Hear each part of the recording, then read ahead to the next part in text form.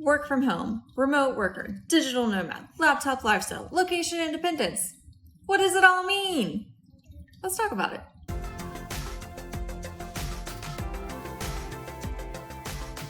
Okay, so hopefully this is a short and sweet video just going over terminology and all the different words that are thrown around online and in real conversations about how we work these days, because not everything is very traditional.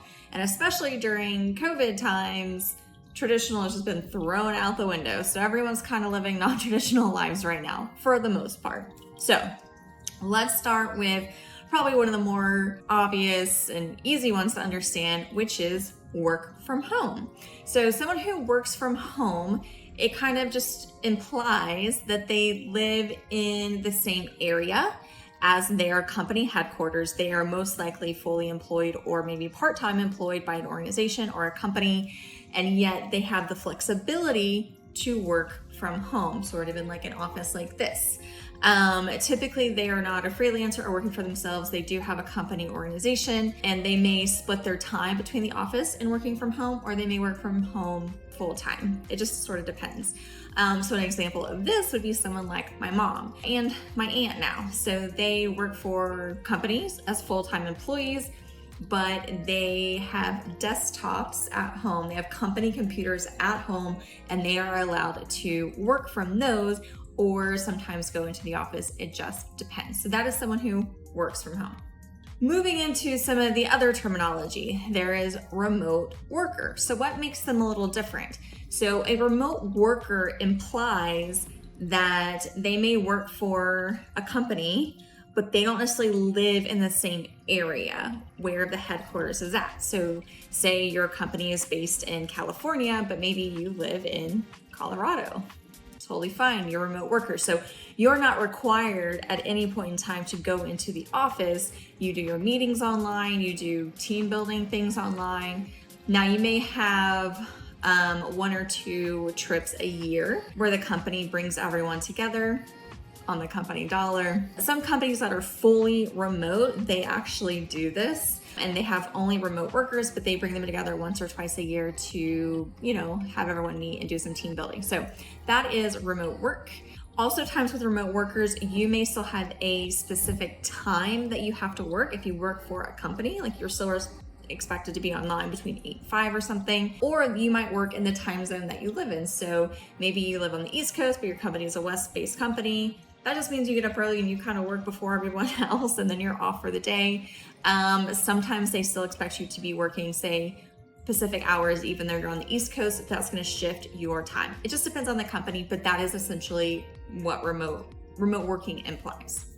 Now, sort of a term that's been used a little bit more, I would say in the last few years, is location independence. And for me, this is kind of like the overarching term of remote worker, laptop lifestyle, digital nomad, is you are location independent. Whereas someone who has to go into an office, or maybe even someone who works from home, they're still required to kind of be in one area, and they don't have that independence to kind of work from anywhere. So that's kind of like what location independence means, and it's kind of the umbrella for all these other terms like remote work and laptop lifestyle, like I just said. So what is laptop lifestyle? As a remote worker, you could work on a desktop or a laptop, maybe even as a work from home employee. The laptop lifestyle is someone who has created and runs their businesses online and can work from anywhere. Now, they may not choose to work from anywhere. They may choose to work from home, but they are fully online and they run their own businesses. So I am someone who has a laptop lifestyle, so I run 3 online businesses. Yes, I know, I'm crazy. I don't know why I did that to myself, but I can work from anywhere. So last 6 months during quarantine, I've literally been working from home. I've been someone who works from home on my laptop, but typically I do like to travel around and move from place to place. I also work from coffee shops, co-working spaces, libraries, anywhere that has an internet connection I can do my job and work from. Airports, train stations, it's all happened. Which, by the way, if you're interested in learning to be super productive working from any of these places, I have a freebie that's how to work productively from anywhere, and I will put that in the link below, so be sure to grab that. Now, the last term that I'll go over is digital nomad, which if you're watching my channel, you probably already know what this term means, but I run into a lot of people when I say I'm a digital nomad that they're like, what? What is that? Basically, a digital nomad is a remote worker who travels to different locations, or it implies that they are constantly traveling to different locations. Now, a digital nomad does not have to be someone who runs their own business or is an entrepreneur. You can be a digital nomad with a fully remote job. So sometimes nomads you run into are full-time employees, and sometimes they are online business owners. It just kind of depends on what their experience has led them to. But it implies, unlike laptop lifestyle where you could work from anywhere but you may choose not to, digital nomad implies that you are constantly moving around. So I was a digital nomad for 2 years because I was in a different place all the time. Digital nomad can also be, there's sort of two groups. There's that group that works online and moves around. There's also the group that goes overseas and works, say, on the New Zealand working holiday visa, which I was on. I did not get a job in the country because I had my online business and that's what I was focused on growing. But if my online business did not work out, I had the backup plan to be able to get a job in New Zealand. So there's also that option. I met a lot of people who were just working and traveling around New Zealand. Australia also has the same sort of visa scheme. So there's kind of two camps in the digital nomad community. And also recently I recorded a video or an interview with Hannah Dixon, and I kind of talked about her hybrid model of digital nomading, in which she's really slowed down. And most long-term nomads I know have slowed down over time. But she'll actually stay in one place for 6 months at a time. She'll rent an apartment, get a lease, stay in, say, Bangkok for a while before she then moves to, you know, a European country or whatever it is. So she is a nomad who's not constantly traveling, but still is living a very location independent lifestyle, lives a laptop lifestyle because she's an online course creator and teacher and works online.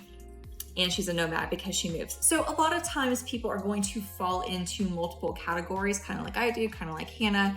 And sometimes people, maybe like my mom, just fall into the work from home category. So that's totally fine.